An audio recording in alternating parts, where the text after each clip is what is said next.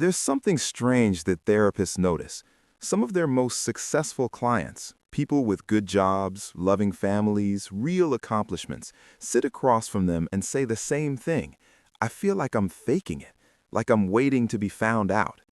This isn't imposter syndrome, it's something deeper. Let me tell you what really happens when a child grows up feeling like they have to earn love. Most people think childhood trauma looks obvious, yelling, violence, clear abuse, but some of the deepest wounds come from things that look perfectly normal from the outside. A parent who's there physically but emotionally absent. A home where love feels conditional, like you only matter when you're achieving something. Or a family where your feelings are treated like inconveniences. Here's what's fascinating from a psychology perspective. The brain of a young child can't tell the difference between my parent is struggling and I am not worthy of attention. A 5-year-old doesn't think mom's depressed or dad's overwhelmed with work. They think I must not be important enough. And that belief, it doesn't just stay in childhood, it becomes the lens through which you see everything. Dr. Janice Webb calls this childhood emotional neglect. And what makes it so damaging is that nothing technically happened. There's no event to point to, no clear trauma to process, just an absence. The absence of someone noticing what you felt, the absence of validation, the absence of being truly seen. Your brain is incredibly adaptive, especially as a child. So what does it do? It creates a solution. If I'm perfect enough, quiet enough, helpful enough, achieving enough, then I'll finally be worth paying attention to. This is where it gets interesting neurologically. There's a part of your brain called the anterior cingulate cortex. It's basically your brain's error detection system. In people who grew up seeking approval, this part becomes hyperactive. It's constantly scanning for mistakes, for signs that you're failing, for evidence that you're about to be rejected. Imagine living with a smoke alarm that goes off every time you cook. That's what it's like. Normal situations trigger threat responses. A delayed text reply becomes, they hate me. A small mistake at work becomes, I'm going to be fired. Someone's bad mood becomes, I did something wrong. But here's the cruelest part. Even when you achieve something, even when you get the approval you've been chasing, it doesn't satisfy you. Know why? Because the goalpost was never external. The real belief sitting deep in your unconscious is, I am fundamentally not enough. So no amount of external validation can fix an internal belief. Psychologists call this the hedonic treadmill of approval seeking. You achieve something, get a brief moment of relief, then immediately start worrying about the next thing, because the achievement didn't change how you see yourself. Then there's what happens in relationships. When you grow up believing you have to earn love, you enter adult relationships with an invisible contract. I will be perfect, and in exchange, you'll stay. You become hyper-attuned to your partner's moods. Their stress becomes your emergency. Their unhappiness becomes your responsibility to fix. Attachment theory explains this beautifully.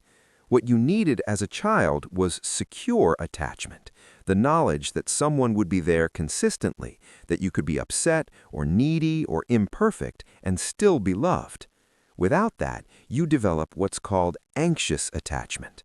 You're constantly monitoring the relationship for signs of danger, trying to prevent abandonment that might not even be coming. And here's something most people don't realize. Your body keeps score. That phrase comes from Dr. Vessel van der Kolk's research. Even when your conscious mind has forgotten or minimized what you went through, your nervous system remembers. It's stuck in a state called hyperarousal.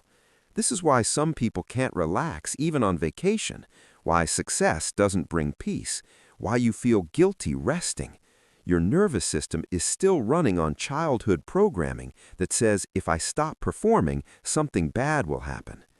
The vagus nerve, which regulates your stress response, never learned to return to baseline, so you're living in a constant low-level state of threat, which over decades leads to chronic fatigue, digestive issues, tension headaches, all those mysterious symptoms doctors can't quite explain.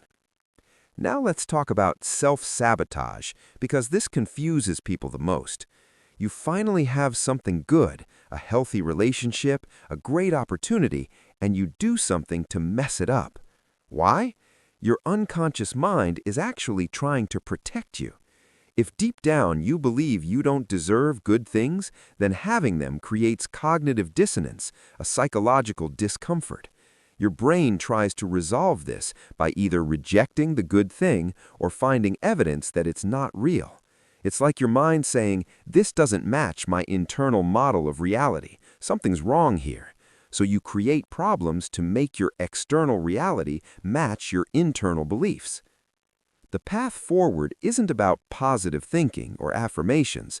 Those usually bounce right off because they contradict your core beliefs. Real change requires something different. First, you have to grieve. Grieve the childhood you should have had. Grieve the parent who should have seen you.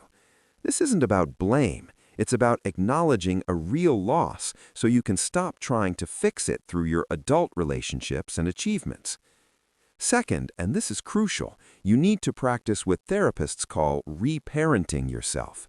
This means learning to give yourself what you didn't get, permission to rest, to make mistakes, to have needs, to be imperfect and still be worthy. And third, and this is crucial, you need to update your nervous system, not just your thoughts. This means somatic work, body-based practices that teach your system that safety is real. Therapy approaches like EMDR, somatic experiencing, or polyvagal exercises can help. The goal isn't to erase your past, it's to stop letting your past write your future.